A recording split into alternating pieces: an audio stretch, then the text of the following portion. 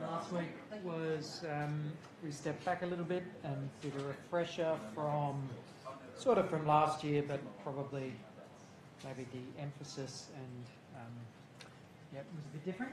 So we should understand very well now the whole process of row reduction, how it relates to finding inverses of matrices, all of that kind of stuff, and also the rationality theorem. And involved in that was these two processes of taking either internal or external direct sums of vector spaces.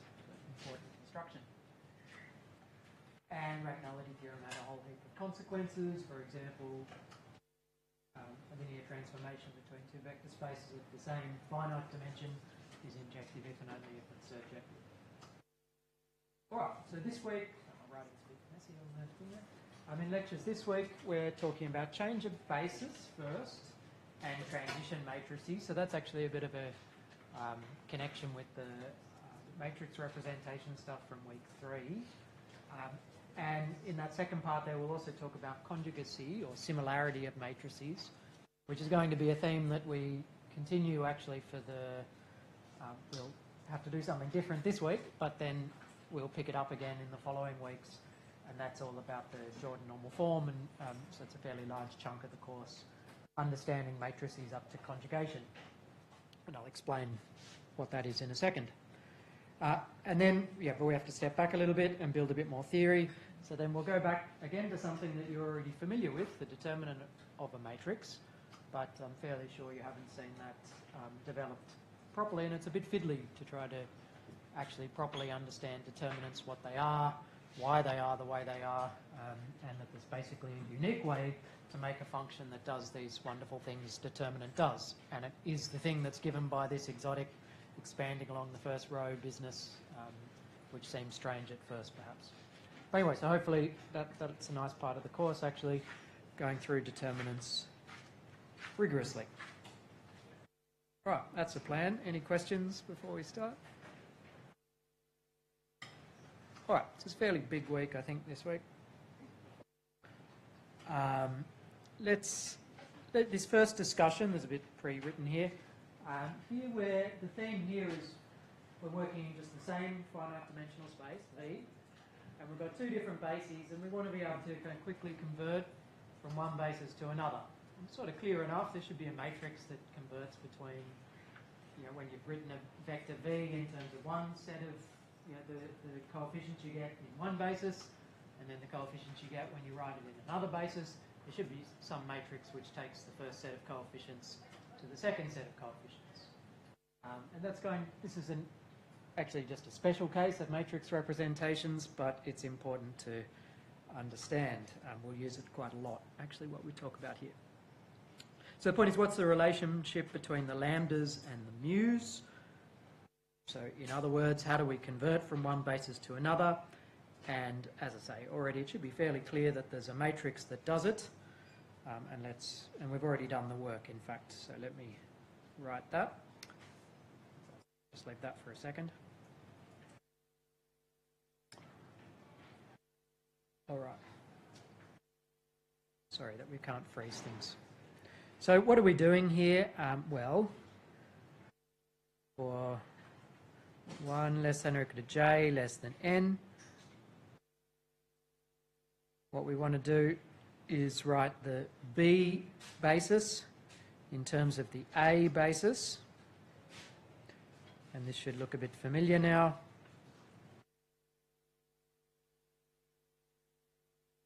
Have I got my indices the right way? Yes, I have. So actually in the notation from week 3,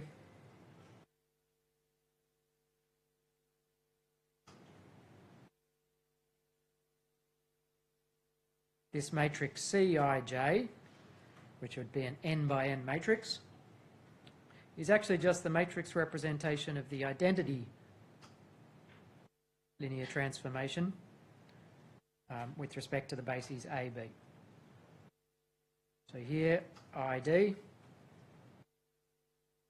V is the linear transformation from V to V that just sends V to V. So in the more general setting, if we had two different vector spaces with A a basis in the first, sorry, B a basis in the first, A a basis in the codomain, then we looked at theta of B, wrote that as a linear combination of the A basis, that's the basis in the codomain, and then these coefficients were the matrix representation of theta with respect to the respective bases, but here theta is just the identity. So it's a special case of that. Good, so then that leads us to the definition.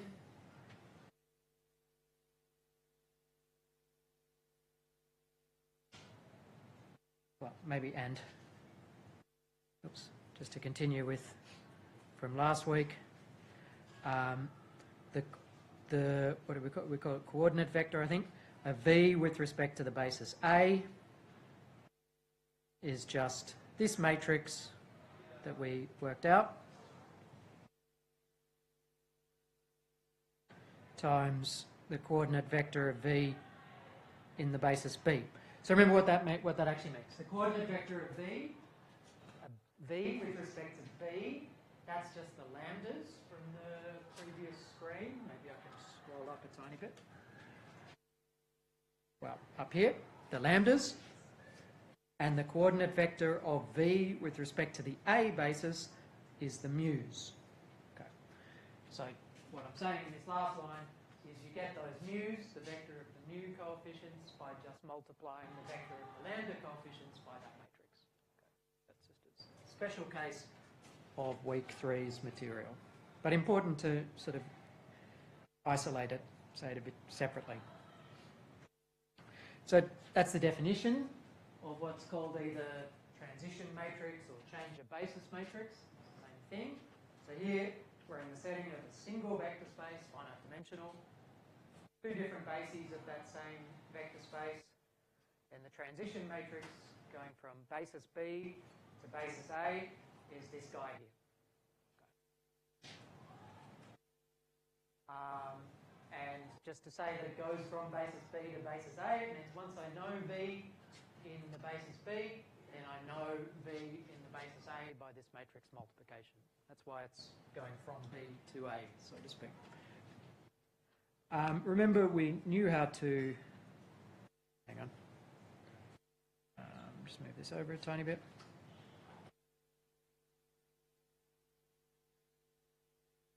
To compute this thing, it's just A inverse B, where A is the matrix A1 dot dot dot AN, that's its columns, and B is the matrix B1 dot dot dot BN. But maybe I'll just put C below because we'll go through an example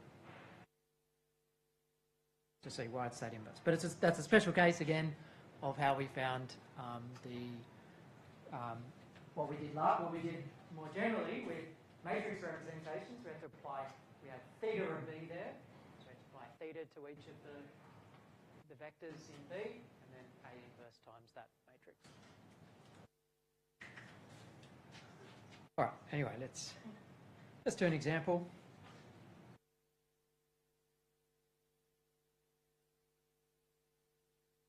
All right, I have to move up, sorry.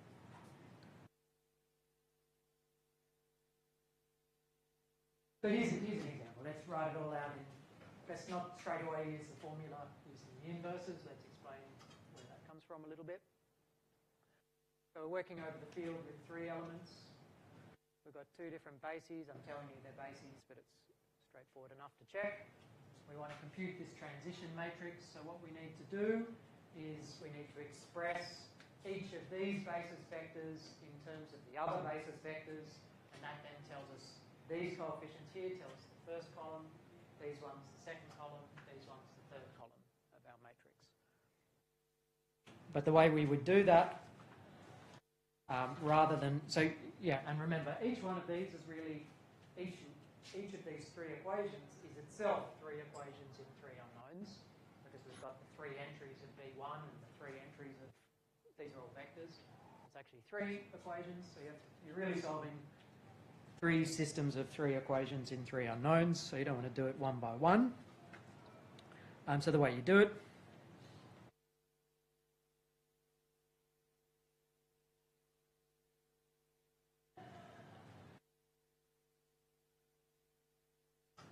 is form the augmented matrix.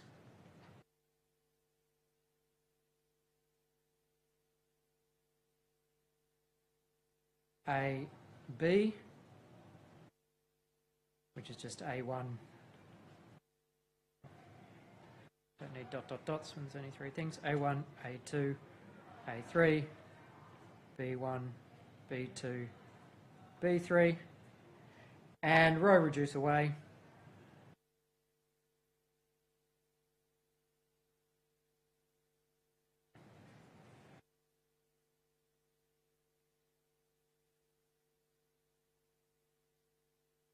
To make that the identity,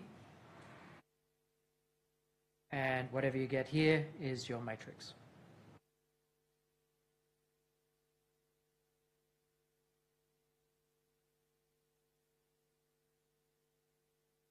And it's this, so whatever you get there is clearly the right matrix. You're trying to solve all those equations, and once you've got this in as the identity matrix, you're solving this with the first column of the right-hand side, and then the second column, then the third column. And it's just, because that's the identity, it's just telling you exactly first guy equals first guy over there, second guy's that one, and so on and so forth. But of course you realise that now is the process of finding the inverse of A as well, taking A and converting it down to the identity matrix. So that tells you, that explains why it's A inverse B.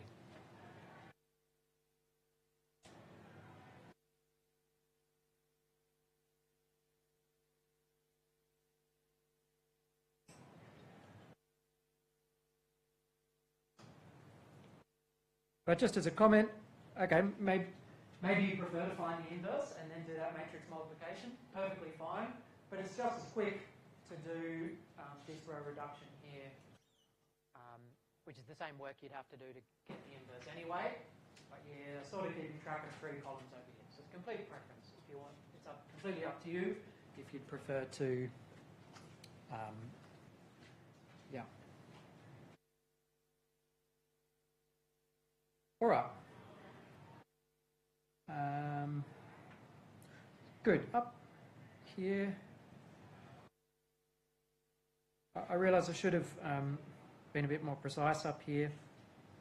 I mean, our vector space V up here is not our standard vector space here, so I should actually write, these should be, when I write this as inverses, maybe I'm too quick to write this. The reason I don't want to write this, I can't really write this here like as I've written it, as a bit of an afterthought, because this vector A1, this is like a polynomial with coefficients in blah, blah, blah. It's not a, or something. It's in some different vector space. So maybe, I'll erase this one here. I got a bit ahead of myself. The formula still is correct when you're working in the concrete world of, yeah, exactly, of Fn. Down there, exactly. So if you're not working in Fn, you have to, make your isomorphism first with Fn. So instead of the polynomial, you just put its coefficients as the vector. So it still all works the same, but you just have to explain. You have to pick. If I wanted to make that formula up here work, let me explain it again. In general, I'd have to pick just any old basis of V that I like. Maybe some canonical standard basis that's really easy to work with. For example, polynomials, it would just be 1x, x squared, or whatever, if I was in polynomials of degree less than or equal to 2. And then I'd write my basis, those matrices A and B I wrote out earlier, would be when I take A and write it as a polynomial, so that would just be the coefficients of the polynomial, and then B would similarly be. So you have to sort of pick a third basis that's really easy to just write out all of the elements of A and B in that basis, and basically what you're doing is considering that third basis as being the standard basis, so to speak, of your vector space. Okay.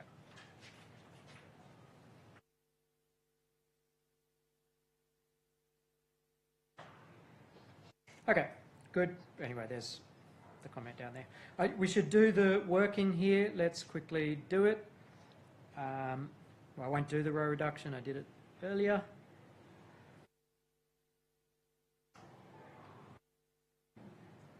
Oops, bar 1, 1, 2, 0, 2, 1. Reduce all the way down to the identity. Now this guy will always go all the way down to the identity because this was a basis. If you don't get the identity on that left-hand side, that's because your basis wasn't actually a basis, so something would be drastically wrong. And what I got over this side was 2, 1, 1, 0, 2, 0, 1, 2, 0. So T, A, B equals 2, 1, 1, 0, 2, 0, 1, 2, 0.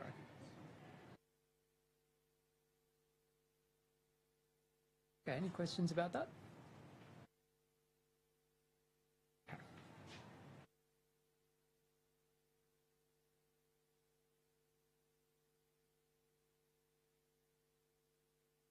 So I've got a picture here. In my picture, what I want to say here is that I've got this is my V with the B basis. This is my V with the A basis. Yeah, this is maybe better trying to explain what I was saying earlier. So then we've got our coordinate vector, our coordinate map, we call that, CB, and our coordinate map, CA, to Fn. And then here is the identity. And the linear map that takes us to that left-hand Fn to the right-hand Fn is the matrix that we've just been talking about, TAB. Good. And then, like following around the picture there, the identity map is same as if I do CB, composed with TAB, composed with the inverse of CA. Okay, that's the little sort of shuffling around a picture we're doing. Okay, the similarity of finding inverses, that's what I was saying earlier, so I'll just quickly say that again a bit more properly now.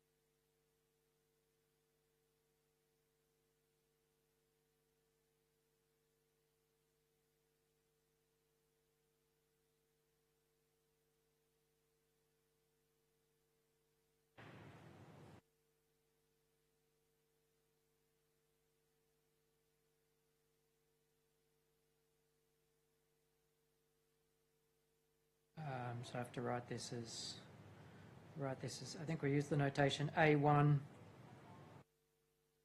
in the basis E,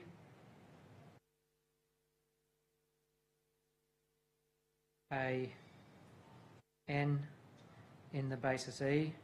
Another notation for that was, that's the same thing as C E A, 1. And B similarly.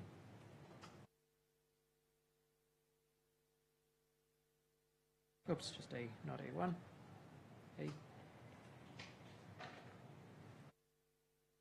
Okay, that's trying to say what I was trying to say earlier, but I said it a bit too So here, you know, the norm in most of the vector spaces we work in, there's some choice of standard basis that would be the easiest to work with, but it could be any basis. This could just be any, it could have been either A or B as well, but if it's either A or B, you're probably going to have already done to write the A's in terms of the B's and so on, or the B's in terms of the A's, whatever you're doing. That's the work you're actually trying to ultimately do by making this transformation matrix. So you would probably want this third basis to be something where it's just dead easy by inspection to write all of the elements of V in terms of that. So it would be the standard basis in Fn, the polynomial basis in polynomials, so on and so forth. Okay. But it could be any base. That E could be absolutely anything you like. Doesn't matter. And sort of the, oh yeah, so I put in a box there.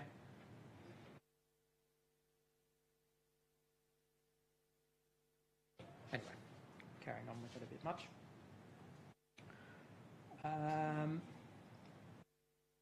So then I realise now, I'm going to use E's again for a slightly different thing. But if we were in Fn now, and one of our bases was the standard basis, so that's the real standard basis there, then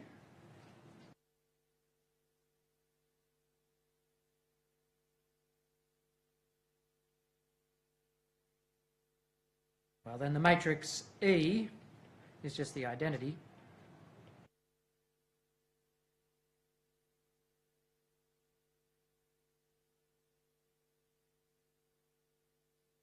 And so the transformation matrix from E to B, it's just a special case to have in mind, is just B. It's E inverse B, which is just B.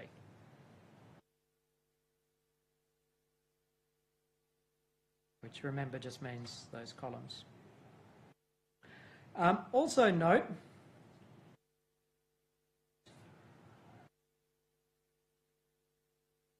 the transformation matrix from A to B, or B to A, let's say now,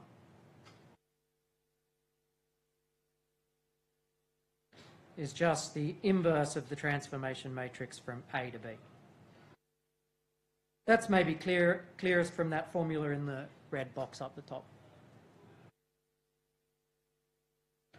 All right, so there's two extra things I want to say. If one of your bases was just a standard basis, then your transformation matrix from standard basis to B is actually just B.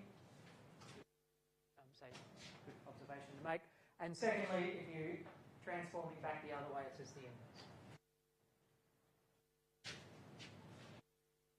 I'll put that one in a box as well. That's probably quite important, that one.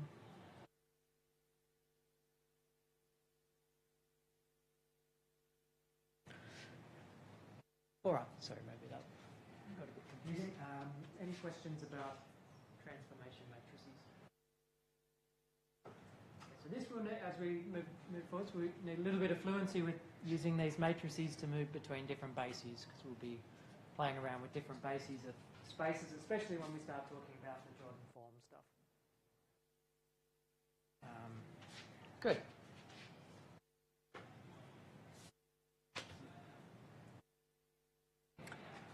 Okay, continuing with that same theme is understanding similarity of matrices. So, yeah, I touched on this point last week, I think, or the week before. So let's now we're going to fix, as we were for the first part of the lecture as well, we're going to fix on the case of endomorphisms. So linear transformations from V to V. So codomain is the same as the domain.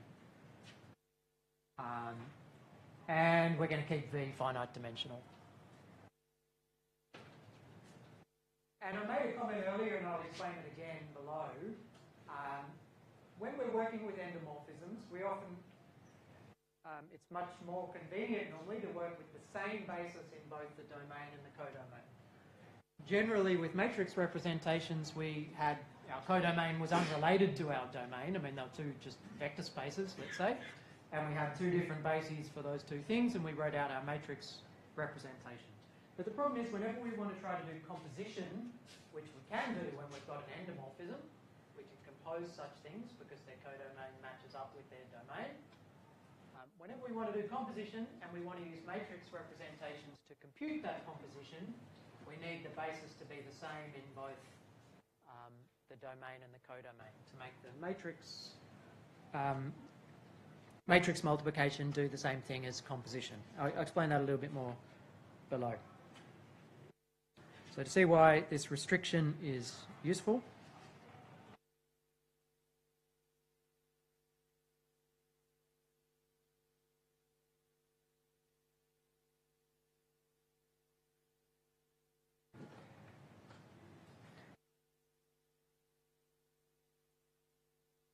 let's consider two endomorphisms, theta 1, theta 2.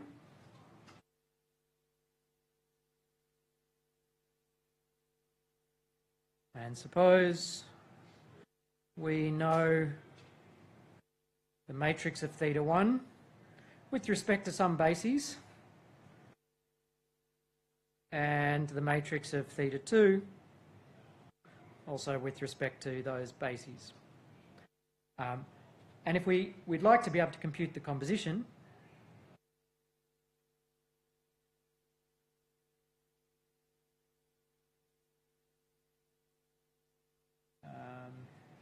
doesn't matter if the theta 2s are the, but anyway, I'll do it that way.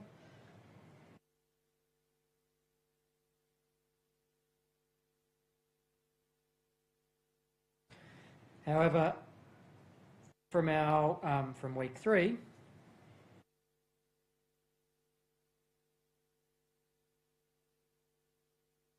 this is indeed given by matrix multiplication.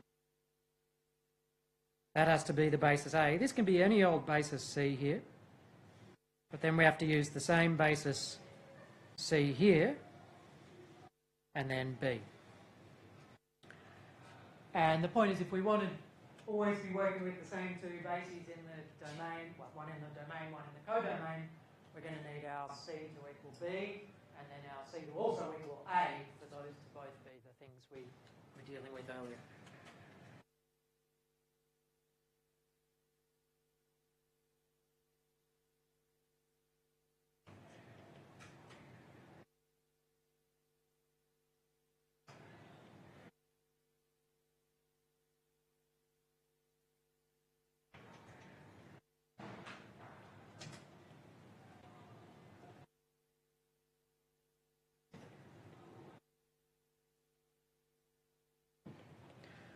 And so, I mean, I say we need to do something. We don't really need to. I mean, it can be any old bases and that formula is true. That's perfectly fine.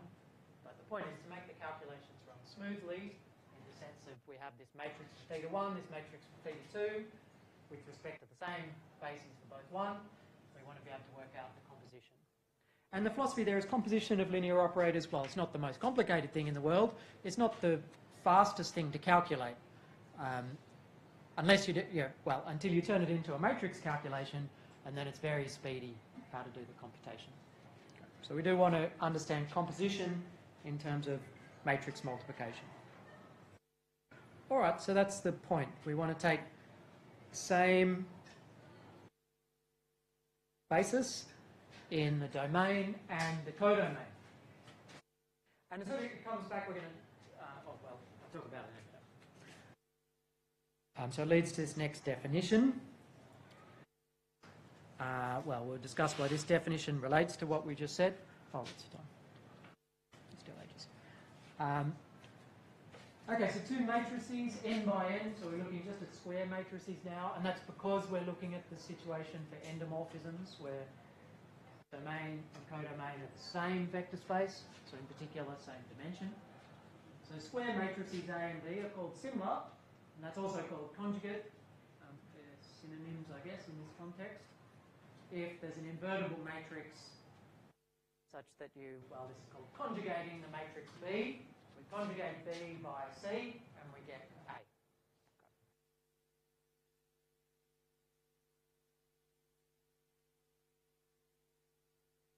We'll discuss the connection to endomorphisms in a second. So an exercise, or an important philosophical way of thinking of conjugation, similarity or conjugation, is that it forms an equivalence relation.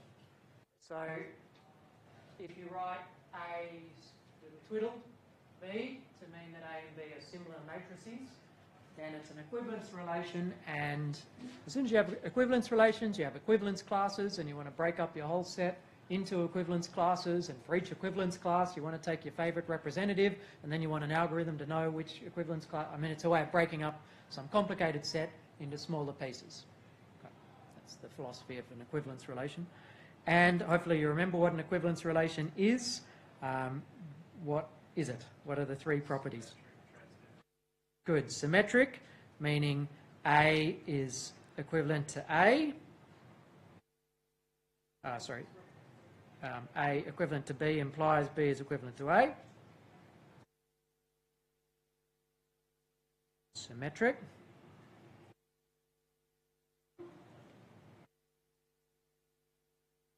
Reflexive was A is equivalent to A.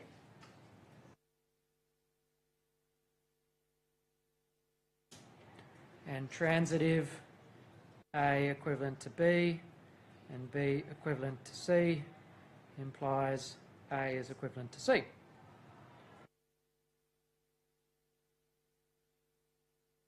Those three properties are obvious, are really obvious, right? If A is similar to B, then, well, turn the C, multiply on the left by C, on the right by C inverse, and B is similar to A as well. A is equivalent to A, similar to A, using the identity matrix in place of C. And this one's clear as well by, if you've got a C1 and a C2, then the matrix C1 times C2, the one that will conjugate A to C.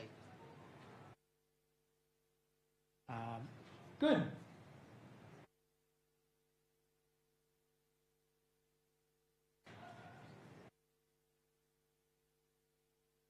So what that means is it breaks our set of all matrices down into equivalence classes.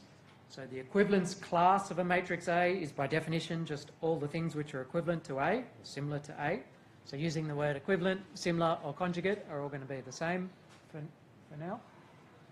Equivalent, I'll stop using that after today probably, but since we've got an equivalence relation, I might use equivalent as a word. Okay, so this is all the guys which are similar to A. So that's all of the C inverse A C's, such that C is invertible.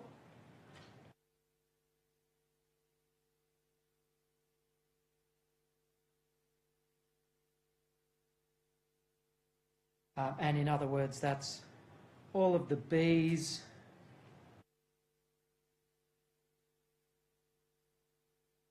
such that B is equivalent to A, or similar to A. Okay, that's the equivalence class of A with respect to twiddle. And we can say what the equivalence classes are. So now this M, so now we've got an N, let's go to endomorphisms now. We've got an endomorphism theta from B to B. N is the dimension. Then let M of theta, this is just the set of all matrix representations with the same basis in both domain and codomain. So that's the definition.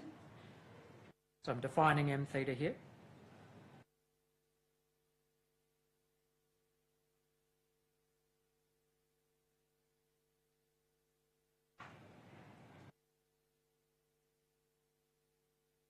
And the statement of the theorem is that this is a similarity class.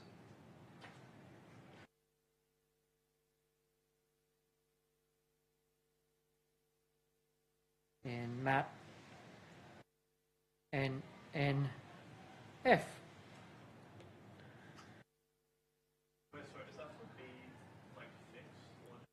No, so the B is the variable in the set there. So the theta is fixed, in fact, and then we're ranging through all the possible B's that we can take, all of the possible bases, and we get a similarity class.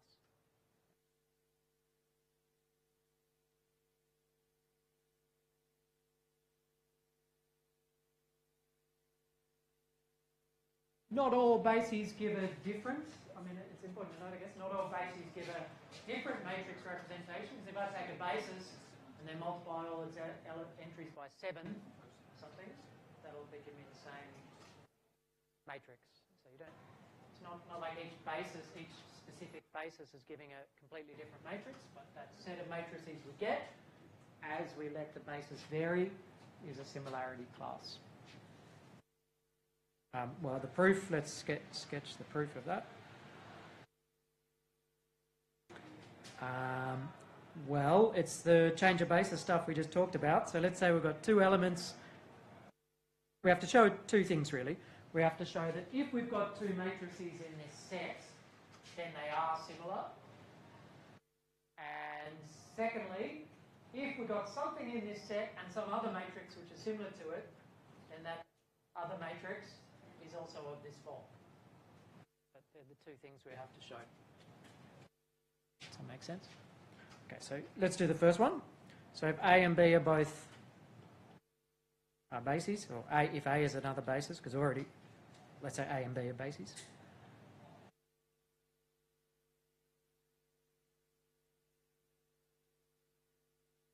But that's exactly what we just did with all our matrix representation stuff.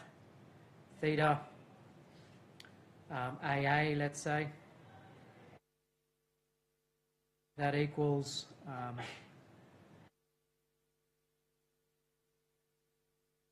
well, let's write it this way. It's the identity on V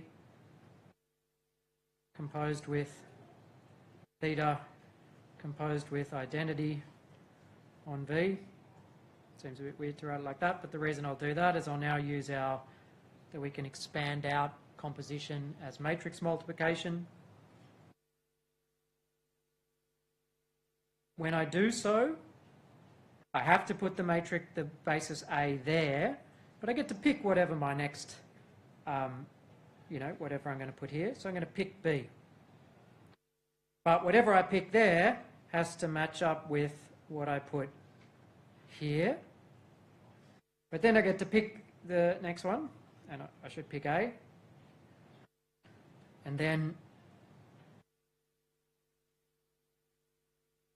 I have to put A there, and well, actually I have to also put A here because it's got to be the same as the one at the end on the previous line.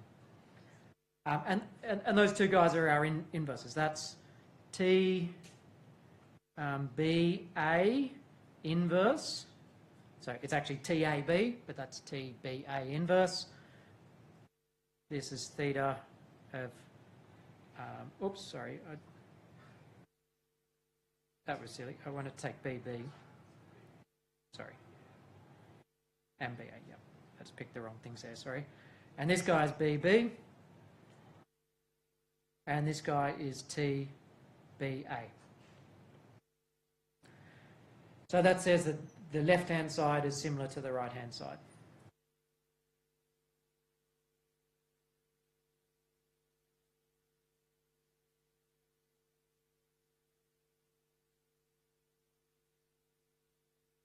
Okay, so now we should also show if X is similar to a theta BB, then X equals theta AA for some basis A.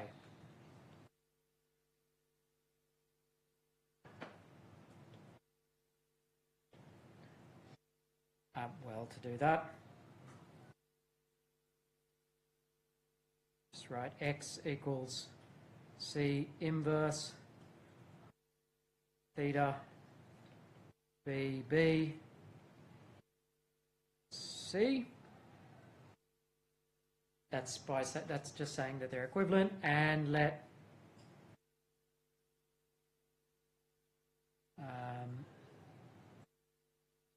and so what do we want to do now? We want to make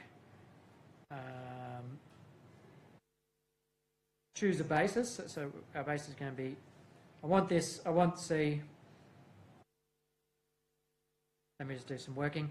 I want C to be T BA.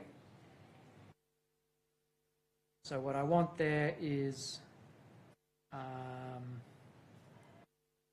that, yes, I want to pick the basis A. I want to choose a basis A so that that C is TBA. So I do that by just, writing that I have to sort of back engineer it a little bit. That's, I want to take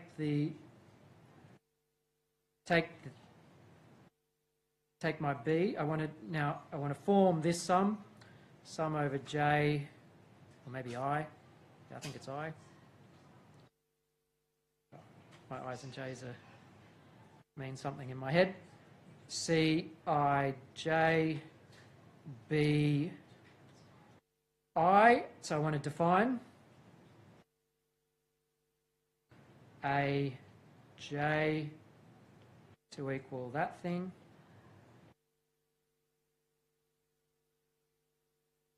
Lost my I. Where here C is Cij. And then that's the basis I pick.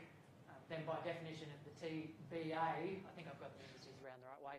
That guy, the TBA is that matrix C.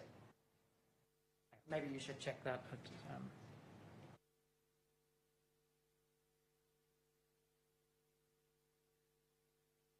I'll just put check. So maybe I've got the indices around the wrong way. It's probably roughly right. Yeah. Yep, the theorem means exactly the two things we proved, actually. The theorem means, so the theorem is saying that this is just a set of matrices, okay?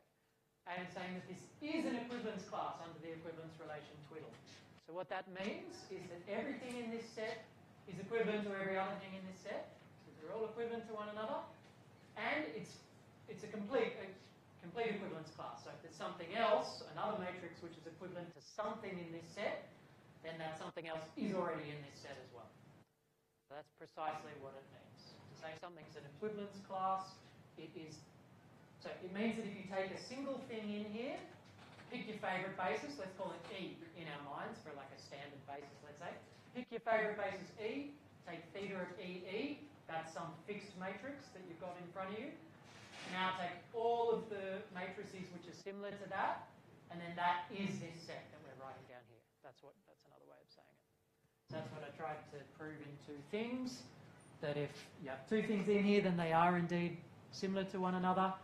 And secondly, if there's something else which is similar to something in here, then it's actually in here already. Basically saying that a given linear transformation is basically equivalent despite, it's basically the same despite the choice basis. Is that what it's saying? Yep, exactly. That's it. Yep. So let's say it in two different ways now. So on the one hand, it's saying if you choose two different bases, so we're talking about endomorphisms, and we're picking the same basis in domain and codomain. So let's fix that in our minds. I won't say it again. So if once we pick a basis, the matrix of that endomorphism now, yes, it depends on the basis, but it only depends up to conjugation by a matrix. So that's the same. So you get the same matrix up to conjugation by a matrix C. And secondly, it says that if we want to understand endomorphisms theta from B to V, well, what does it mean to understand an endomorphism? We might say that to understand an endomorphism, we want to understand a matrix representation of that. Well, we might want to understand all matrix representations of that at one go. So we want to understand matrices up to this relation of similarity. So I think I'll write something about that in a second. So what it means, whenever you have an equivalence relation, the whole point of equivalence relations is that it breaks a big set, all this big set, this set, all matrices, okay? That big set, or all endomorphisms, or whatever you want to think, but let's say this set of matrices, huge set here, and now it breaks it up into things that are equivalent to one another. So maybe we're blurring in our minds this matrix and this matrix are roughly, in our minds, going to be considered the same to a certain degree if they're similar to one another. So I put all of these same things into packets, and a big complicated set of matrices gets split up into smaller, still maybe complicated packets. But now for each of those packets, you want to be able to do sort of two things. You want to be able to pick a favourite representative from that, so you can just list one representative from each equivalence class. Once you've done that, you've got a complete list of all matrices up to conjugate up to this similarity process. Okay. You'd want those representatives to be in some kind of canonical simple form, like the nicest way of writing the matrix, basically. So in each of these equivalence classes, similarity classes, there's going to be one, let's say one, I mean maybe there's a few that are nice, but there's a one special guy which is as neat as possible. That's going to be what's called the Jordan normal form later on. Okay. And then on the other hand, you also want to say, if you give me two matrices that aren't in this simple nice form, if they're in a simple nice form, I can see if they're conjugate or not, because this guy and this guy are not similar if they're two different representatives. But if I just have arbitrary two matrices now, how do I decide if they are similar? So that's the other thing you want to be able to do, an algorithm to make the decision. Anyway, maybe that sort of explains what we're trying to do. We'll have a little break in 2 seconds. Let me just continue with what I was saying, actually, for a minute. And it'll repeat what I just was saying. So first of all, I just want to have this remark. Set of equivalence classes. Sorry, if we've got an equivalence relation, then the equivalence classes, oh yeah, maybe I should have said this earlier, they're either disjoint or they're equal. Okay, so this is going back to just equivalence relations. Maybe I should have said this earlier. So if you have this equivalence class and this equivalence class, if there's an overlap, then everything in here is equivalent to this guy, because it's an equivalence class, and then those guys are equivalent to everything over here, so actually everything was equivalent to everything. So as soon as there's an overlap, those two equivalence classes were the same equivalence class. Okay, so that means all of these equivalence classes are disjoint, or they were the same. I mean, so that's what I mean by partitioning the set into smaller packets, or whatever I call them. I'll continue with this comment. This is exactly what I was just saying. So general principle now, whenever you've got an equivalence relation, what you want to do, well, assuming that equivalence relation was a nice one, something sensible, like similarity of matrices is very sensible, because it equates to choice of basis. That's what we're sort of seeing. They're the same thing. So we want to classify the elements of the set X up to that relation, up to equivalence, or some expression like that. And this is precisely what I was just saying. You want to break X up into its equivalence classes. Yeah, okay, that's just a theoretical thing that always happens. But you want to now be able to make that more practical or implementable somehow. So to do that, you would want to provide you want to find for each equivalence class, choose your favourite representative that you're going to call the representative for that equivalence class. And it should be in some canonical, nice, beautiful form, rather than just horrible junk. And then, ideally, you also want an algorithm to decide, if you just gave me two elements of the set, X and Y, I want to do some calculation with them to decide whether they were equivalent or not. And to think of that with matrices, it's not very easy from the top of your head. Maybe that's a good exercise to go home and think about, is to just take two matrices and decide if one is similar to the other. So is there an invertible matrix C such that the first matrix is C, second matrix C inverse? No, not at all obvious how to do it. Not at all obvious, in fact. In a picture, this is similarly what I was trying to say earlier. We take our set X, we break it up into equivalence classes. I'll do that in green or something. There's X1. So these are chunks somehow. They don't all have to have the same size. One might be really big. One might be really small. And so on and so forth. And then for each of those chunks, you want to take and it should be in some nice form, some canonical form, standard form, ideally. You want to have your choice of representatives in each one.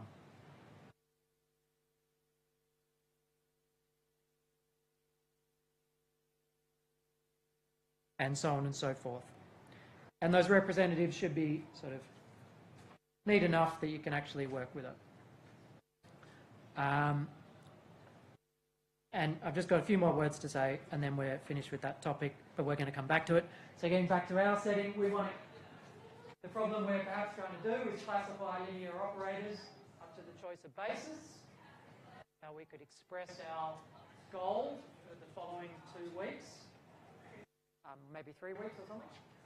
And then by the above theorem, that was saying that this set of matrix representatives was a similarity class.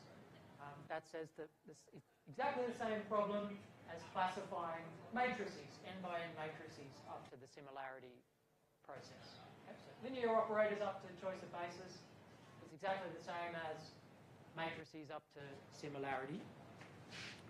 And that's our goal for a while. Our nice matrices are going to be the Jordan form ones.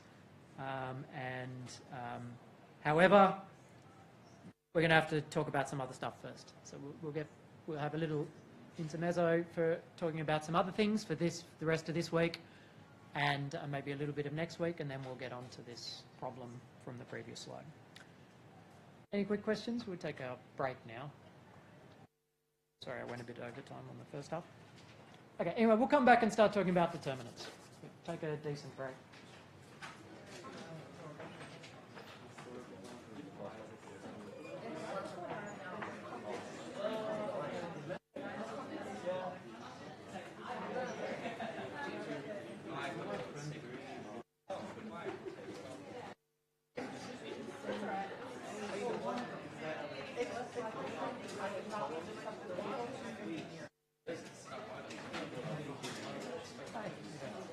Like you did inverse of A times B for like the transformation matrix.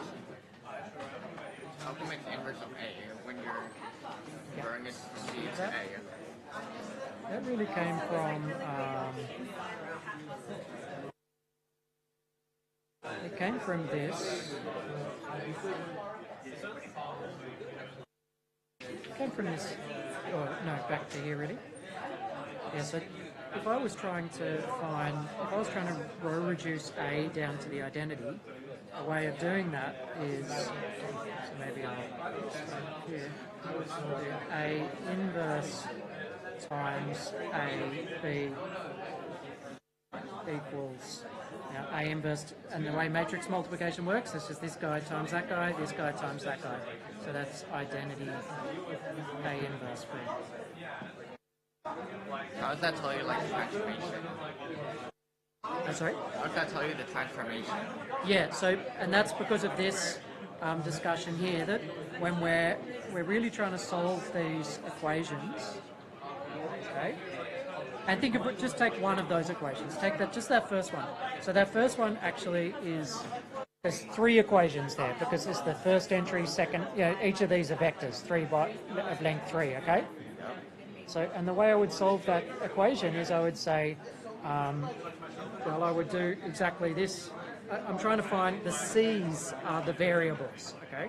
So I'm trying to solve this one here is the same as saying A times C11, C21, C31 equals, and then the B's. So that's B1, I don't know, the first entry, well, I'll just write it as B. I'll just write this as B1. And if I was going to solve that equation, what I would do is I'd write A augmented with B1, and I'd row reduce. And that's what I'm doing here. So if you get rid of all that stuff, that's what I'm doing there. I'm writing the matrix A, and then the column vector B1, and I row reduce to solve it. But because this is a basis, the reduced row echelon form of that is going to be the identity matrix. That follows from the stuff from last week, actually. So I know that it is going to reduce down to this form, identity. And then once it is the identity, think of that back as, and I've just got one, let's imagine I've just got one column here. Then that tells me the solution because the identity says, yeah, the last row is 0, 0, 1 equals this guy here. So that tells me that C31 is just whatever the third entry was here. And C21 is from the second row of this, would just be whatever the second entry was. And C11 was that one. And now it's just the trick that we're doing it all, we're being clever and putting B2 and B3 there at the same time. So we do, because all of this row reduction is only focused on A, making A the identity. And whatever happens over this right-hand side, it just happens, you know, we just compute it. But this is explaining why we could have computed it, this matrix C, by just doing A inverse B. So wait, so we find so using the C matrix, we can multiply a B vector and get the A vector. Yeah, that's right. So back up here. This here is the thing you're saying, I think. So if you know V written in the B basis, so that's a column vector now, the coefficients when you write V in the B, that's given by, and then you want to write V in the A basis, it's just given by this matrix multiplication. Wait, what do you mean by identity B in between it? Say again, sorry? Wait, so if A and B aren't the same? Yep, this would be the case when A and B aren't the same, yeah, that's right. Like, aren't the same, how can it be identity? Yeah, so this matrix here is not the identity matrix. This is the identity linear transformation. But when I make its matrix with respect to two different bases, that won't be the identity matrix. If this was A and A, the same basis, then yes, that's the identity matrix. Because this matrix here is telling me how to, I mean, by what we were talking about up here, this matrix is telling us how to write this basis in terms of this basis. And so, yeah, so even though that's the identity map doesn't map that basis to that basis. Oh, yeah. There's that twist that, you know. And how you mentioned like similar matrices, like can you pick an example? Can you give like an example of like how it needs to be set? Of how, what, sorry? Like, you know what you talked about for like the last part, like, Yep. like the similar matrices. Can you give an example of like when you use it? Of when? Like when you'd use this thing? Oh, well, you use this anytime you're trying to change base. I mean, we're using the thing we talked earlier, we used for example, we used all of that change of basis stuff just here in this calculation. So that's, but do you mean when we use similarity or? Like how, like, you know how you showed like you pick a matrix out In here maybe, this? here. Like how would you use it? I don't know if it's as much like using it to make a calculation, this theorem. This theorem is more just telling us that the choice of, so endomorphism is something that lives without a basis. I mean, that's just a linear transformation from B to V. And what this is saying is all of the possible ways of concretely writing down that endomorphism, i.e. by choosing a basis, are all the same up to conjugating by a matrix. That's what it's saying here. That if I pick two different bases, then the matrix with respect to that basis and the matrix with respect to that basis are just going to be conjugates. Yeah. There's going to be a C such that C times that one, C inverse, equals that other one. Oh, you mean a matrix vector like the vector that form the basis? Yeah, that'll be the conjugating matrix, basically. I'm thinking like if you do if one of them's like the identity matrix and the other one is not the identity matrix, I'm not sure how you'd multiply it. Oh, so good. So if theta was the identity endomorphism, because I'm taking the same basis here, every single matrix representation of theta is just going to be the identity. By rows. So yeah, well, so theta. So the equivalence class of the identity, M of the identity. Maybe I'll write that here. No. M of IDV consists just simply of IN. N by N identity. So that's an example of this. Like that's one equivalence class. It's the only one that'll just have one single matrix in it. Generally, these equivalence classes are much bigger. Wait, how are two matrices? Conjugate means that they're this definition up here. They're similar. Yeah, exactly. Similar, conjugate, equivalent are all meaning the same thing right now.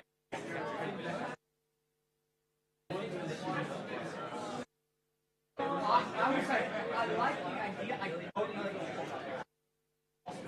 In general, I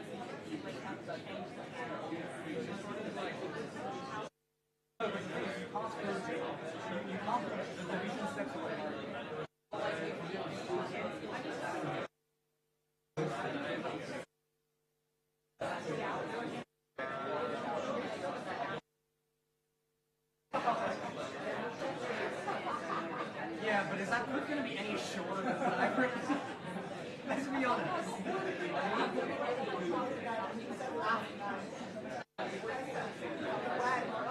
I contemplated doing this via. I contemplated doing it.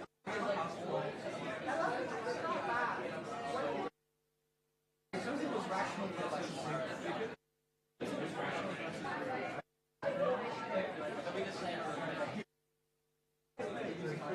All right, good. Maybe we'll get started again. Just some comments, maybe. This M thing was being defined. If you took the identity linear operator, if you take M of the identity endomorphism, you do just get the N by N identity. So that's an equivalence class that's super small, got the one matrix in it. And that's because theta, the matrix representation of the identity with respect to the same two bases is always just the identity matrix. And that's obvious enough. Notice, but just to highlight though, when we were talking down here, the identity linear transformation, when you make its matrix representation with respect to two different bases, that's not the identity matrix anymore. Because the identity matrix doesn't map this basis B to this basis A. Maps B to B, not to A. So you have to, there's this twist. Okay.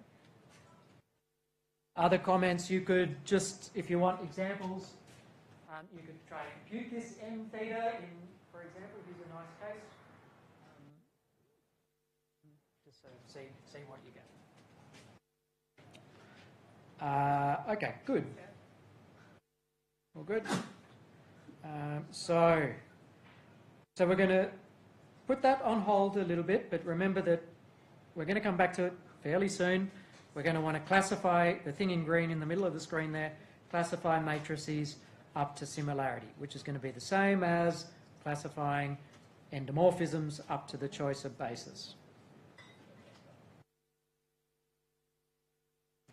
But before doing so, we need to backtrack a little bit. We need to talk about determinants. Again.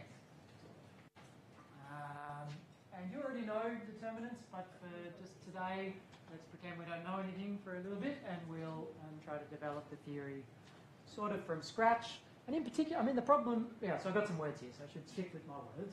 So the determinant's an important statistic. For example, A is it's about square matrices only, right? A square matrix is invertible if and only if its determinant is non-zero. Also, you probably know there's lots of formulae for the determinant. You can expand along the first row, first column, any row or any column, in fact, if you're careful with signs. There's an explicit formula called Leibniz's formula, which is a sum over permutations with signs and things. I don't know, you've probably maybe seen all this stuff. There's various formulas for for determinants. But the point is none of them are particularly simple or illuminating. The expanding along first row or whatever, that's great because you can algorithmically do it, but it doesn't make it very clear, for example, that the determinant matrix is invertible if and only if determinant's non-zero. It also doesn't make it clear that the determinant of a product of matrices is the product of determinants. That's a surprisingly hard thing to prove working directly from any of the definitions, basically. So various basic properties of determinants. So e.g., basic properties, e.g. det AB equals det A, det B, det B. Turned out to be pretty challenging from any of these formulas, and they don't really follow from that in a way. They follow more from certain but more basic intrinsic properties that the determinant satisfies, from which it follows that all of these nice properties hold. So that's what I'm going to say next. So the sort of better strategy, more elegant strategy anyway, mathematically, is to isolate out a few key properties that we want the determinant to satisfy. And yeah, they've been picked kind of carefully to make all the proofs work, so there's a fair bit of pre-thought involved in getting those properties nailed down exactly what they are. But then basically what you want to do is you want to show that there's a unique function on matrices. So what is determinant? Determinant is a function from n by n matrices down to the field. It spits out a number, like an element of the field, let's say. So what we want to show in these 2 points here is that there's a unique function that satisfies those key properties. Because then that makes it, if you want to then check two different formulae for the determinant are the same, you just simply check that they both satisfy the key properties. And then they are the unique function which satisfies those properties. But to show there's a unique function, you have to show that there is one function. So we'll do that by just picking rather randomly one of the formulas for determinant and just verify that does satisfy our key properties. And then we'll show that any other function satisfying those properties is equal to that same function. So it's unique. Okay, that's the strategy, and that's what I just said. Yeah, so, okay. So let's go through it. Before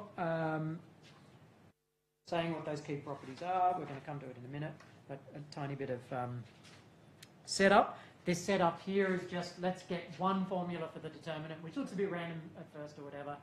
That's the one we're going to use to check that there's at least one function satisfying the properties that we want. So this will be the expanding along, I'm actually going to use a column, expanding along the first column. But as you know, we'll later show that you can expand along any row or column as long as you're careful with the signs. Okay, so we've got an n by n matrix. We've got I and j between 1 and n. And we make this aij, I think it's called a minor or something like that. But anyway, what it means is just delete the ith row and the jth column. So here was our matrix. So it is what you sort of expect. There's the ith row, there's the jth column, and we just cross them out. So that matrix is going to be an n minus 1 by n minus 1 matrix. Okay? And we keep everything else, of course. But we've killed everything in the i's and j's. All right, so I'll just denote that aij for today anyway.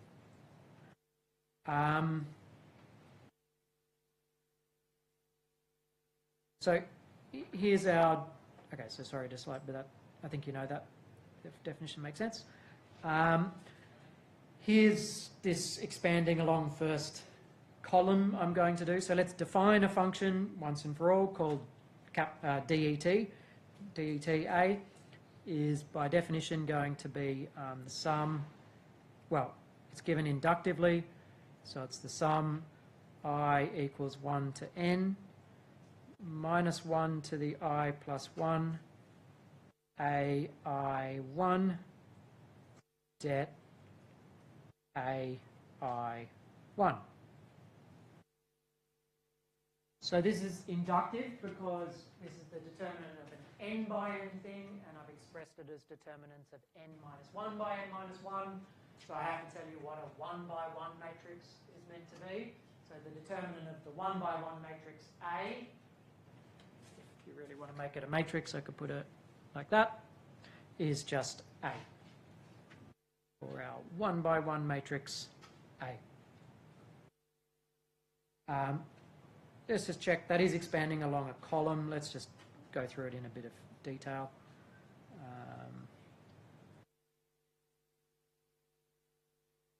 Well, I think I've got it down here. I've got my examples down here.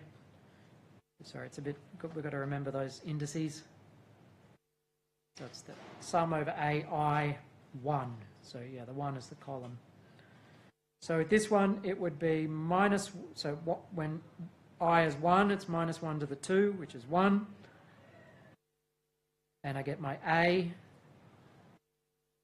That was the A11, in fact, times the determinant of this guy, where I've crossed off the 1, 1, and then minus C, because that was A21, which is C, A21, determinant of the matrix I get when I cross off that and that.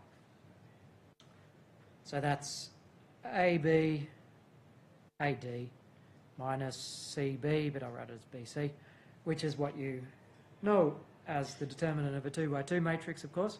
And this one here would be A, det, A, B, C, E, F, G, H, I. Maybe I'll copy that. Copy, paste, paste. Over a bit. Minus D, oops, D times det.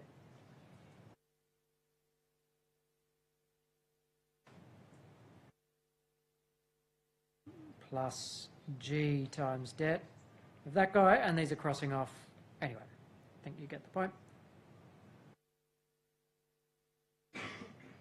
Okay.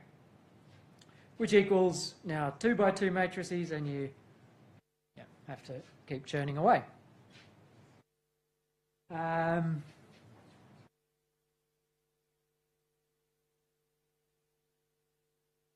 Maybe I've got this remark. Sorry, yeah, good. I have to write it again. So we're using expansion along the first column. Okay. The reason I'm doing that is it's convenient for our proofs, because where at a certain point you pick some favour over rows or columns in the definition of the key properties for the determinant, and if you pick sort of row favoured definition, then you need to make expansion along columns, and if you do there's just a choice made somewhere, and I've made that choice. Okay, later we'll see it doesn't matter, you expand along any old row or column with just a tiny bit of care with the signs. Okay, so that just gets that out of the way, a definition of determinant, but now we're going to start the proper process now. Like we'll identify 3 key properties that this function is meant to satisfy, and then we're going to show that there's a unique function satisfying these 3 properties. Okay, the 3 properties, the first one is just a certain normalization property. So we want the determinant, so f, our function is called f now, so a function f from matrices to the field is called normalized if f of the identity matrix equals 1. Now, the row linear means the following. That means so when we take f and we look at f of a matrix,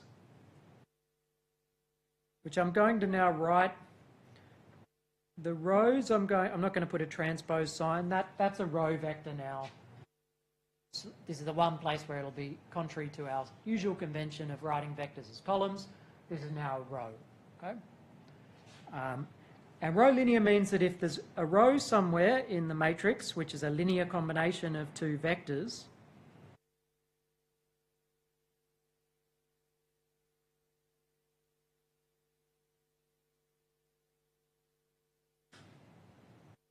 which I'll just call Ri and Si,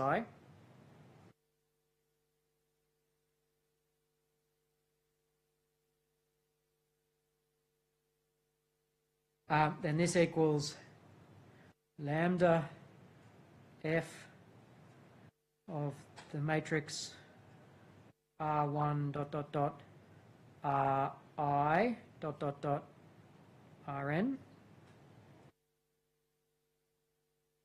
plus mu f R1 dot dot dot, now the SI vector there, dot dot dot Rn. So this is not saying that it's a linear function.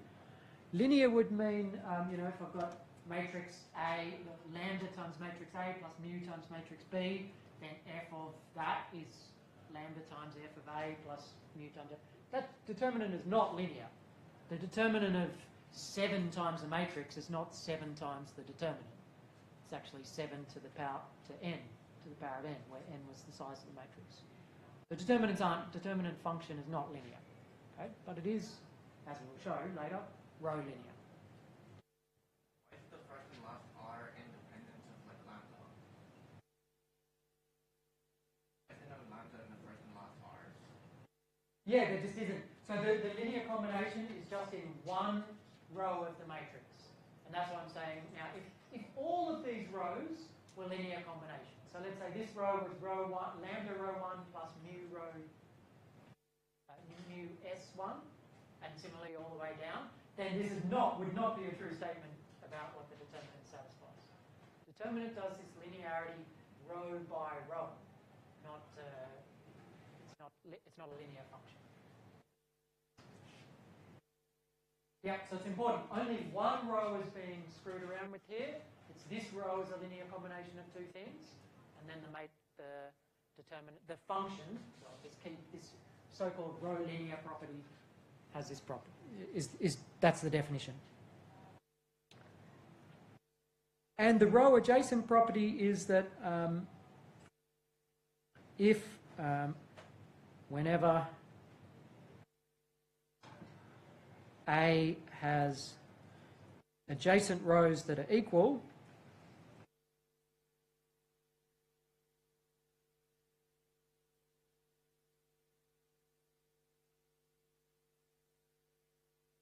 then f of A equals 0. So certainly determinant satisfies that. When you've got two rows that are the same, it doesn't matter if they're adjacent or not, but for this purpose, because we're going to have to verify this condition a few times, and it's easier to verify it when we just talk about adjacent rows. But anyway, in a matrix with two rows that are the same, the determinant is 0. You already know. I mean, it's not clear from the definition that we just wrote down, but you do already know that. So, I mean, these things should be sort of familiar because we already know determinants, but we have to check they really do hold. Okay, that's the definitions.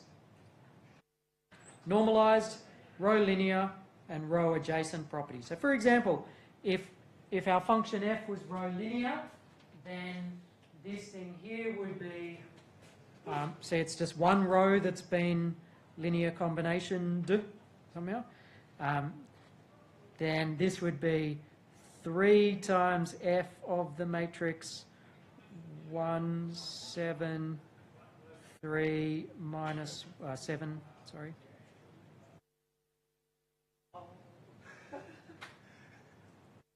Did I get it right? And then plus 5 times f of this matrix. 4, 9, 7 minus 1. Okay.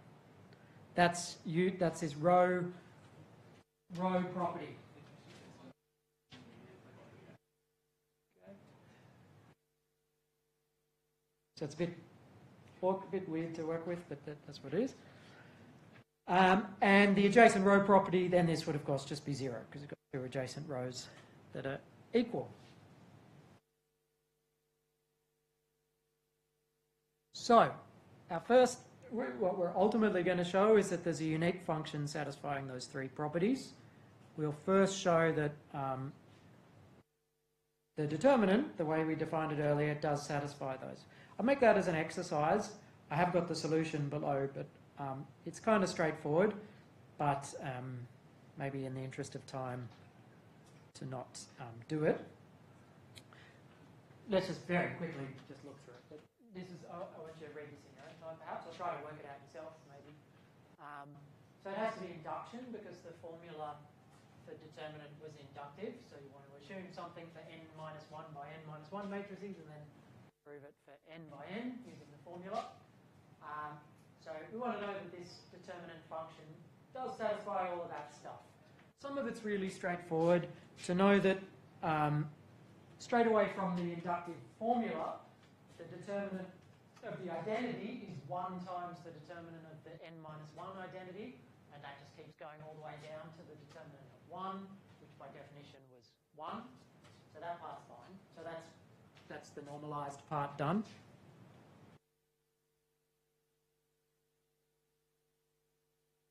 It's the row linear is the more exotic of the operations, and so maybe let's just expand on that anyway because it might be useful. So a thing that is a linear, that the left-hand side of this row linear property would be a matrix of this type of form, where one row is a linear combination of 2 other rows, this row and this row here, okay? 2 other vectors. So then we get 2 matrices A and B, but notice that B has almost all A's in it, except for that one row is different, has the B's. So, but I'm still calling it capital B. And row linear would say that determinant of, to prove that the determinant function is row linear, we have to know the determinant of this equals lambda times the determinant of this plus mu times the determinant of B. Okay, that's what we're trying to prove. And basically you just, so that's what we have to show, and essentially you just use the formula here. When you're expanding this formula, all of these CJI's, they're all just the A's until you get to this one special one. Something special happens and then the rest are all back to being normal. So you just got to deal with that special row a little bit. So when you're looking at the J not equal to I case, it's all fine. You get a determinant of this type of thing. But that is where the, that one's been crossed off, so you get this part. And that is again by row linearity for n minus 1 by n minus 1 matrices. I can just write it like this. So that's where you use the induction part. And then you still have to worry about when J equals I. But in that case, we're just crossing out that row and column that was sort of interesting somehow. And we just, this equals that. And yeah, so the point is, this is, the linearity just pops out the front here. And then I just get, it's that combination times the determinant of this matrix. For this matrix, I've crossed out this row, so I could just put it here, cross it out, and that one instead. So it is the A's and the B's in the right place. So it's a bit sort of a trick there somehow. Those 2 matrices on the bottom line there are actually the same because the difference, the B's, have been crossed out. Okay, but I've just written them in again to make it clear that it's the matrix you would get from the B matrix by crossing off that row and column. So putting all of that together, you get the right property. And then row adjacent property, oh look, maybe you just read that. So, yeah. So all of that says, just by straight from the definition, I guess, that, so while I said from those definitions, from the definition of determinant, it's quite hard to see, for example, det A times B equals det A times det B, but it is easy to see those 3 simpler properties, those 3 key properties. That's what we just did. That says there's at least one function. Next objective is to show that there's at most one function, and that's where we have to work a bit harder, and we should have time, I hope. Okay, so that's what we're going to head towards. Before doing so, we have to understand a little bit more what's going on. So here's a proposition. So suppose we've got a function, I'm calling it D now instead of F, D, that satisfies those 3 key properties. Then, well, the point of this proposition is that it automatically satisfies more nice properties as well. Okay. So then, firstly, if A has a 0 row, then this function d of A, it's not determinant at this stage, it's d, it's a function d. D of A is 0. 2, so we had the adjacent row property. If there's 2 adjacent rows, like you know what adjacent means, of course. If two adjacent rows, if they're equal, then the thing was 0, but actually it doesn't matter if they're adjacent or not, is the next thing. So if any two rows of A are equal, then D of A is 0. And thirdly, if we, for our elementary, it works well with elementary row operations. So if E is the elementary matrix of an ERO, elementary row operation, then D of E times A, so that's the E times A is, remember, the matrix A after performing the row operation corresponding to E. And this is D of E, D of E, D of A. So basically we get this multiplicative property for elementary matrices, and then we'll use that to get it generally. So in particular, so moreover somehow, like saying a bit more precisely now, if A goes to B using row I equals row I plus lambda row J. Just make that a bit bigger, sorry.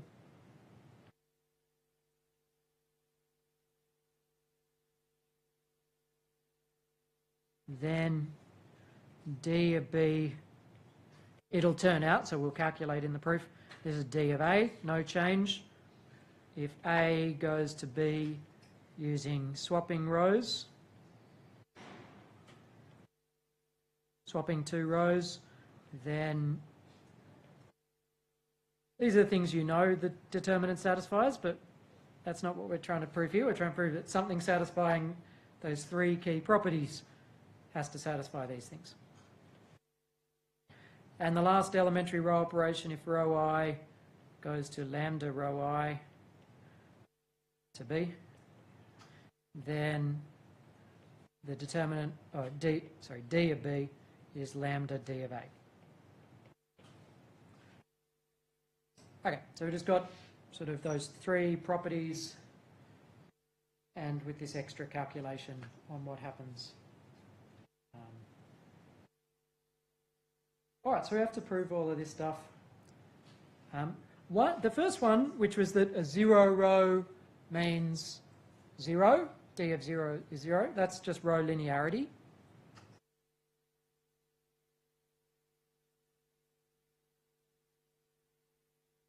Because something like D of, so let's say now we have our matrix R1 ...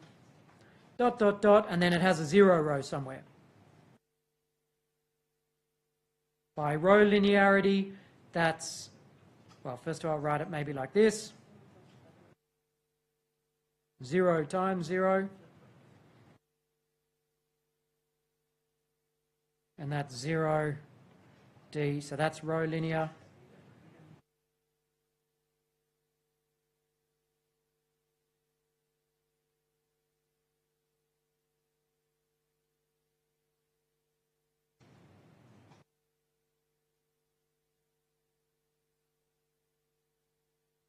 Which is of course 0.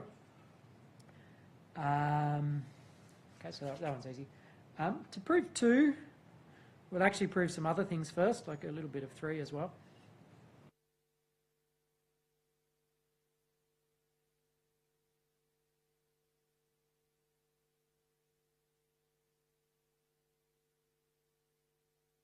So let's do that. So 2, we were trying to prove any two rows that are equal, then D of A is 0. So there's a little bit to do.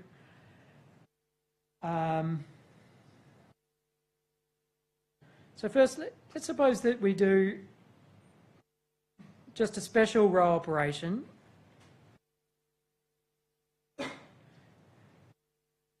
Normally I'd put a row J there, but I'm just going to say adjacent rows now. So something a bit simpler.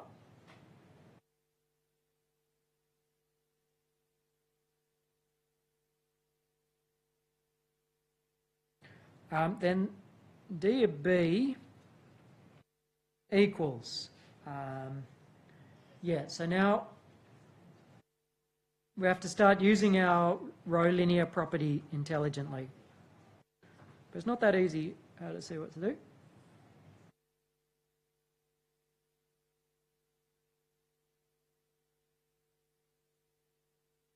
Okay, that's what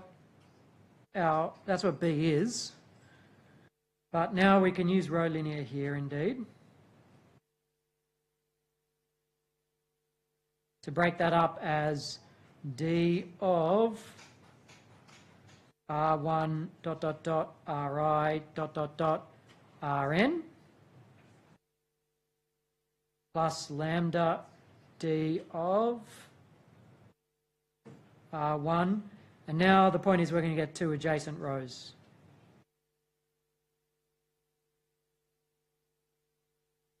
So that's 0, that second part's 0. So that's just D of A by the adjacent row property.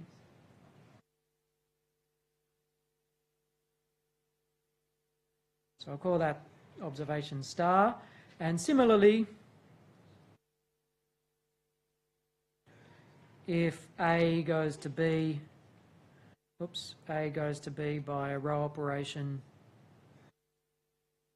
row I equals row I plus lambda. Now I subtract off a multiple of the previous row, so slightly different but same argument.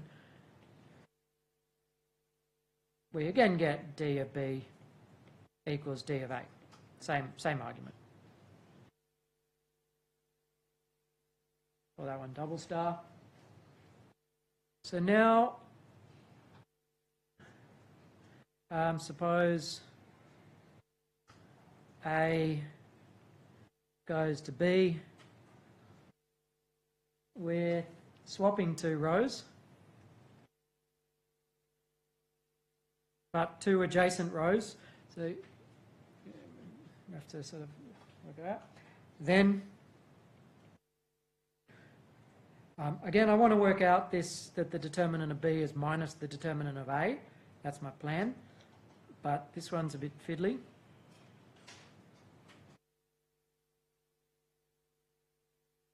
So what do we do here? So we've swapped two rows. So we've got row 1 dot dot dot row. Now it'll be row I plus 1 row I, row N. It's a bit, the only thing we've got to work with is row linear and the adjacent row property. And these two things we just worked out up above. So I'm going to use star first to write this as D of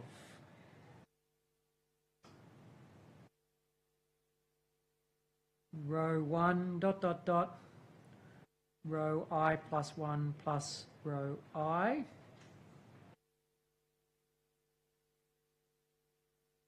Okay, because star said if I add a multiple of a lower row of the next row to a row, then it doesn't change anything. And that's so I've added 1 times the next row down. Doesn't change anything. And then have to do something else now. Use the other one where I add a multiple of the previous row to a row, and it doesn't do anything to the D function. And this one, I definitely need to look at what I've got. So row 1, dot, dot, dot. This is what I had earlier. And we do something a bit exotic here. Ri minus 1 times the previous row.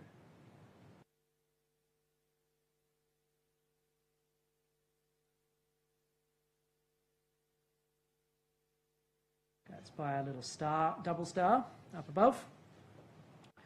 But then just simplifying that,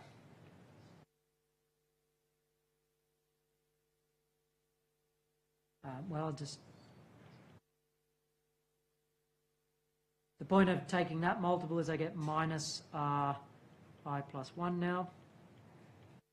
There. But now I use row linear to take that minus 1 out.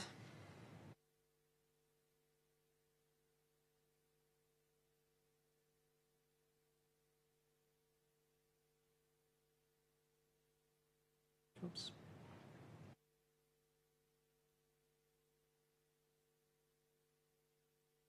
Oops, minus sign there now.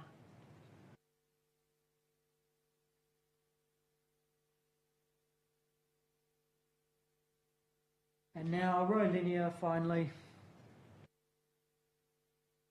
Oh, I could have done this in one step. Why did I do it? Yeah, now I use row linear on the different row. I guess I had to do it twice. And then, exactly, and then kill off adjacent row property. So that's minus D R1 dot dot dot R I plus 1 R I plus 1.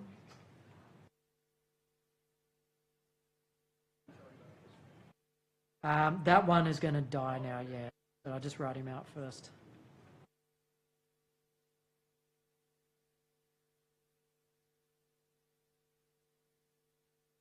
And that one now is dead.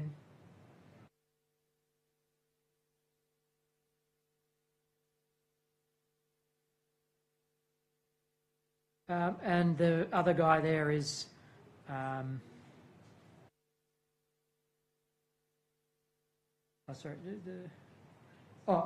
put the I and I plus 1 in the wrong place on that last one. That's an I and that's an I plus 1.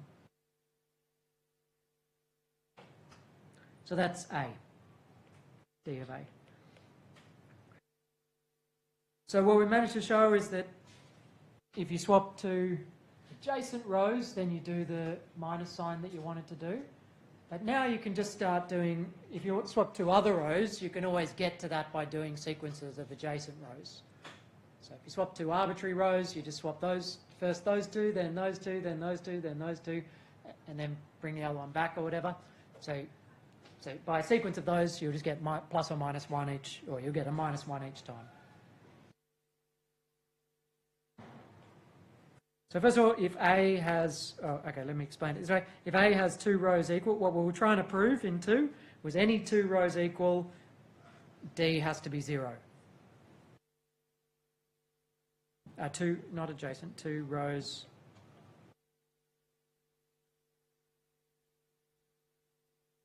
Use A goes to B, swapping adjacent rows repeatedly.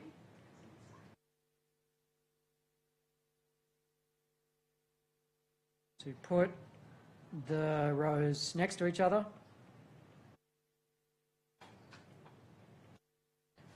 Hence, D of A equals plus or minus, it would depend on how many times you did it, D of whatever that matrix is, the guy with adjacent rows.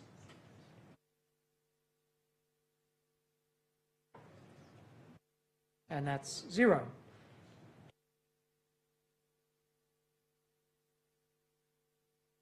Which was 2.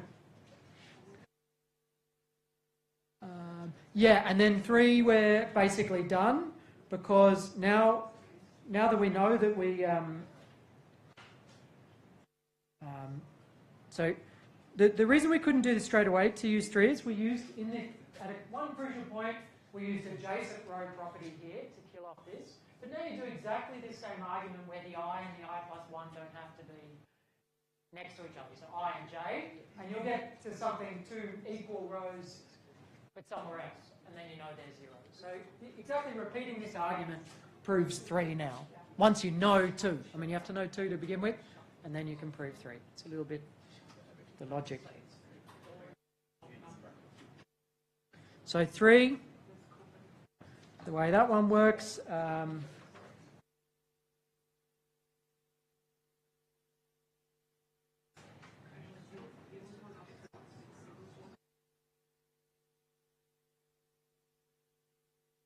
well, we have to do all of 3, so let's do it. So then, certainly D of B equals lambda D of A, that's just row linear. Moreover,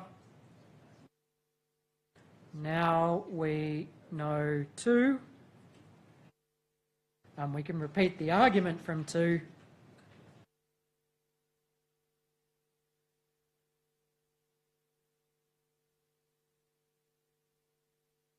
in the proof of 2 to show that if A goes to row I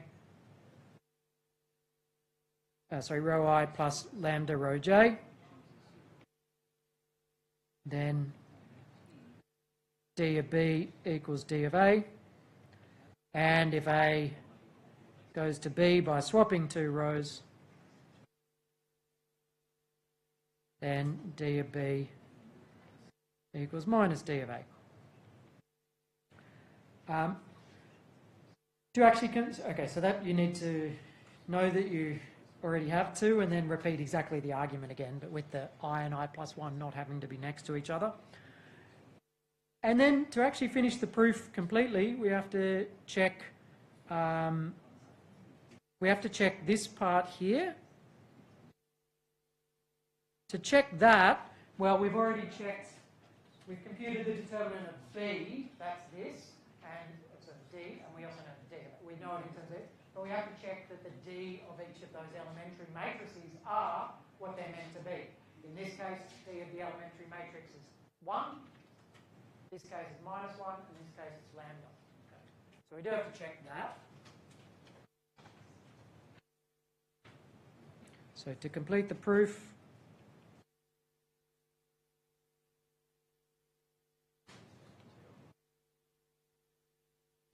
note that.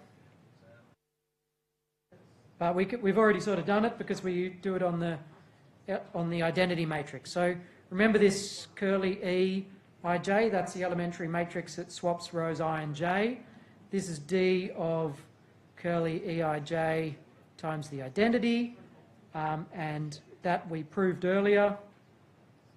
This is from here.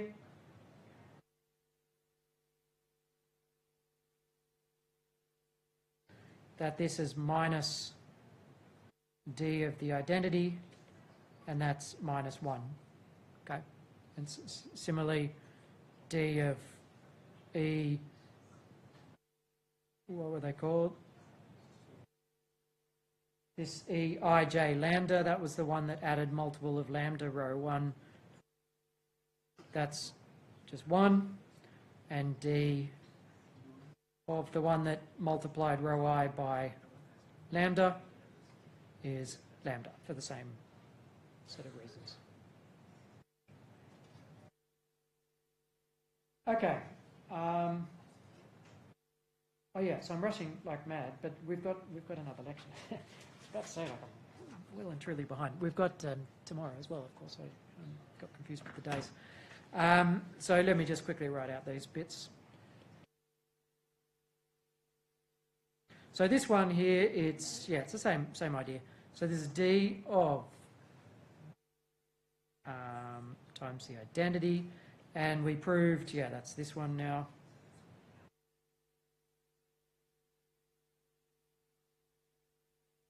That this is just D of I, which is 1, and the other one was row linearity.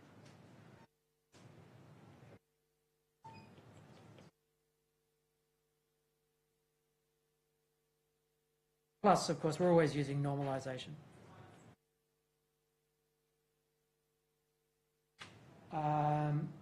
Okay, so any questions about that? Surprisingly complicated.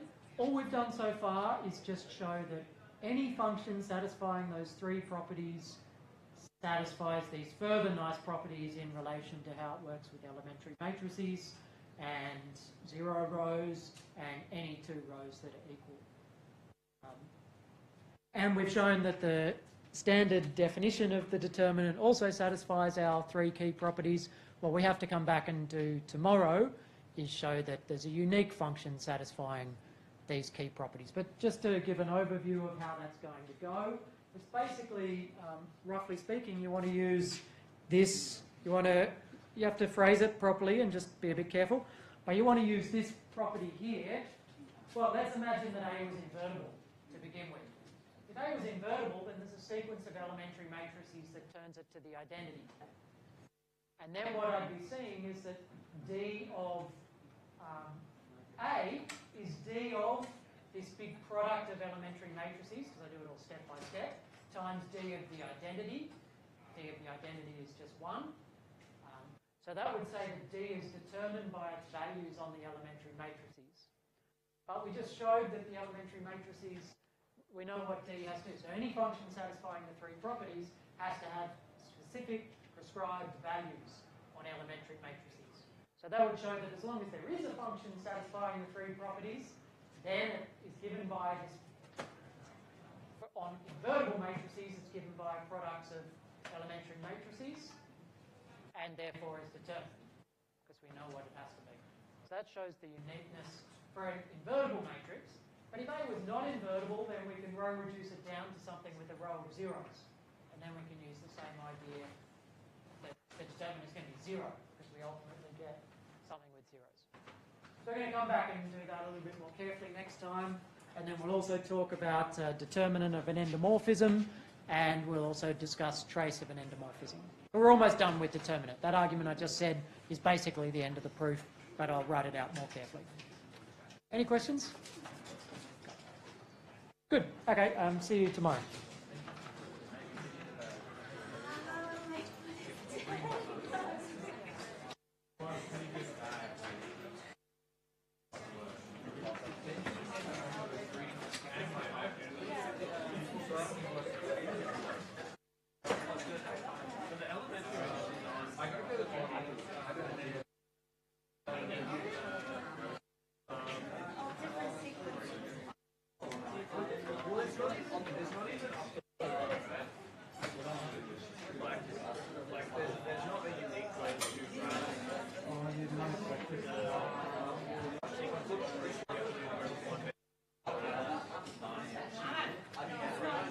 You're right, but what it'll...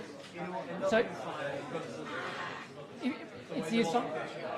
Yeah, and it's the assumption that the D function actually existed at first. Then, then what it shows that it is determined by D of the product of the elementary matrices. But if you've had a different sequence of elementary row operations, D of that product would have to be the same thing, because you're assuming that D actually exists to start with. So we were writing D, basically we're writing D of A for an invertible matrix. D of A is D of the product of the elementary row operations that you needed to turn A into the identity. So if D is well defined anyway. Exactly, then it doesn't matter what operations you take. But that's why you can't say that last argument we were just saying, you can't use that to show existence of D.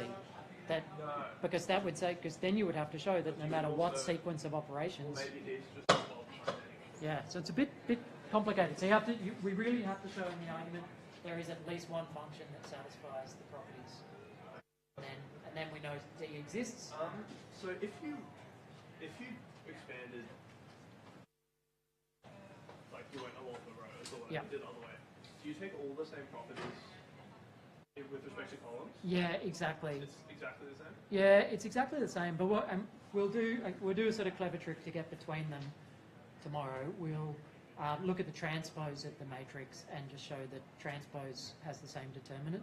Oh, But it's not that easy to show directly from this, because as soon as you're trying to show transpose, because you could look at the determinant, the sort of transpose determinant, we take the determinant of the transpose, and you want to show it satisfies all the key properties. Yeah. But it's not clear. it's not clear at all. So there's a trick to doing that. We actually first prove the Leibniz formula, which is the explicit formula for the determinant as a sum over permutations, and you'll see it tomorrow. And then from that, just by looking at that formula, it is clear that it's invariant under transposing the matrix. So it's a bit of a trick. We show yet there is this formula where it's transparent that it doesn't matter. And that transpose, that's important. Then every time you're expanding along a column, you could have done a row by transposing. And yeah, it's surprisingly complicated. We could have done what they're doing in linear algebra done right and just skipped it all. Yeah, exactly. Determinants at all. Yeah. But no. No, it's just a text book. And they just avoid You use just of doesn't determinant. talk Yeah. Determinants crap, basically. Yeah. But it's not. I Well, disagree with that philosophy. Yeah, no, cool. But I can appreciate you can It's avoid. very computational. Yeah. Painful, but I guess like that's what. Yeah. It is for me. If a matrix is invertible by just in 2 seconds. That must be more computationally efficient. I think that computation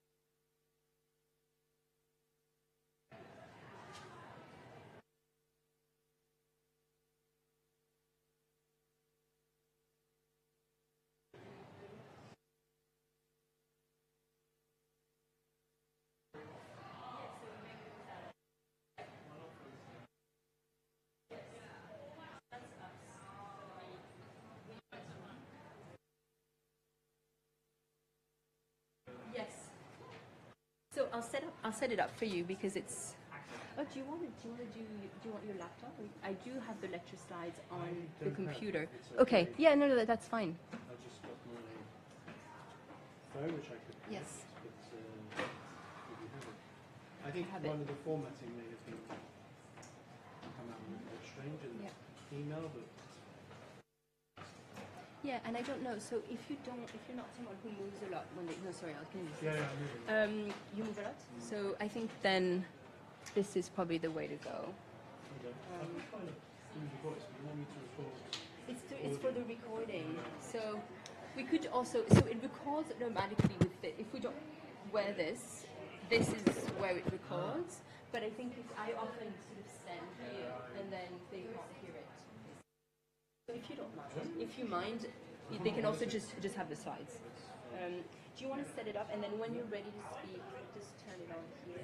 Otherwise, it will just record, which happens to me when students come and talk to me at the end of the class. We record our conversation. I have to delete it at the end, but yeah. So it's better to turn. I'll try and remind you to turn it off. I've once walked out with this. Walked to my next room before someone ran after me.